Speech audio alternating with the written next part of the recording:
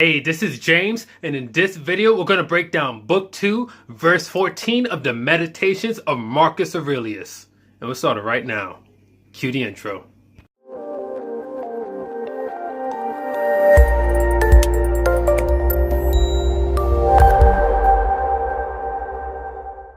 So we tend to get caught up in this idea that living longer somehow is like a good thing for some reason, like just having a long life. And sure, we may think like to ourselves that sure, like I'm 26 right now, and sure, it'd be kind of nice if I could live an extra 30-40 years, but at the very same time, I could very much just die like tomorrow, or in like the next 30 minutes. Like I could walk outside and get hit by a submarine, and you just never even know. But I think pretty much the point I'm trying to make here is that you have to understand that yes, it's nice to live a long life, but really, you're not going to really see anything so much new. Whether you live like an extra 30 years or an extra 3,000 years, I mean, the present moment is really all that we have at the end of the day. And you don't have access to the future because it hasn't happened yet. And you don't have access to the past because, it's unchangeable. It's stuck. All we have really here is right now. So focusing on living here and now is one of the major themes that he breaks down in this verse. So let's break it down. Coming up. Let's do this. Even if you're going to live 3,000 more years or 10 times that, remember, you cannot lose another life than the one you're living now, or live another one than the one you're losing. The longest amounts to the same as the shortest. The present is the same for everyone. Its loss is the same for everyone. And it should be clear that a brief instant is all that is lost. For you can't lose either the past or the future. How could you lose what you don't have? Remember two things: that everything has always been the same and keeps recurring, and it makes no difference whether you see the same things recur in 100 years or 200 or in an infinite period. 2. That the longest lived and those who will die soonest lose the same thing. The present is all they can give up, since that is all you have, and what you do not have, you cannot lose. Book 2, verse 14. So I think something about this verse is really powerful because, Marcus Aurelius, like he says in a couple of different ways throughout the meditations, that whether you're living a long time or you live a short time, it's like there's only the present moment that we had that we can lose. Like take something like the Mayfly, for example, as you can see here on the screen. This thing only has a lifespan of exactly 24 hours. That means it lives through its entire life in 24 hours. Like a whole day, like is born like at midnight and it dies like the next day. It's like just 24 hours, and it's credible, but it can go and it can live a fruitful life, and it can do what it needs to get done within those 24 hours.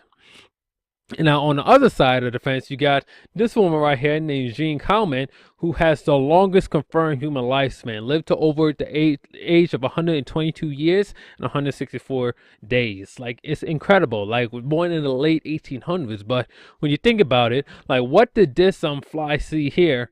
And like this and this, like 24 hours and 121 years, is essentially really is just the same thing at the end of the day. Like did she really like see anything that was so drastically different? Like, yeah, she probably seen like things happen and one thing fades into the next, one empire rises, another one falls. But I mean, it's just a constant cycle. It's everything is just cyclical, like in that sense.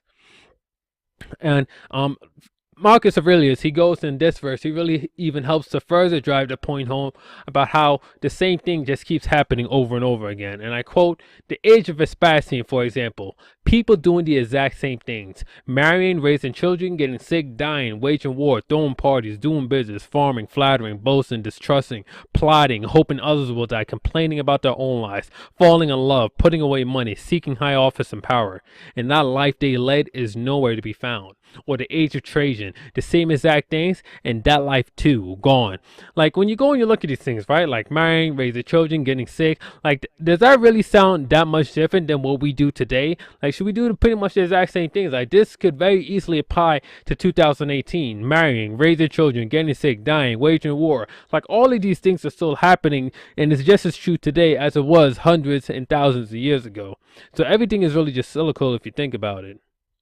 So guys, hope you guys got a lot of value out of this. Make sure you stay tuned until the next episode where we're going to be breaking down Book 2, verse 16. Really looking forward to that, guys. And guys, wanted to leave you with something a little bit different today, a little Irish philosophy. Now, there's only two things you need to worry about if you're well or sick, according to the Irish. Now, if you're well, there's nothing to worry about. But if you're sick, there are two things to worry about. Either you get well or you die. And if you get well, boom, there's nothing to worry about. But if you die, there are two things you need to worry about. Either you go to heaven or hell. If you go to heaven, there's nothing to worry about. But if you go to hell, you'll be so damn busy shaking hands with your friends, you won't have time to worry. So pretty much what the Irish philosophy is trying to say is that there's never really any reason to worry. Worrying is pointless and stuff. Like, always try to look on the bright side of things. Just be a positively oriented person. Like, you want to acknowledge the negative. You want to acknowledge when things aren't going well. I'm not saying to be delusional, but it's always possible to kind of put things in a positive light and not make things worse than what they are. Like, you can always orient yourself forward in a way that empowers you. So that's the message I want to leave with you guys today, along with a little humor. So guys, if you're watching this on YouTube, make sure you hit that subscribe button and tap the bell icon so that way you'll be notified as soon as the next video drops. So guys, also if you're watching this on Facebook, make sure you like, comment, and share this video so that way as many people as possible can go and get value from this. And I would 100% appreciate that.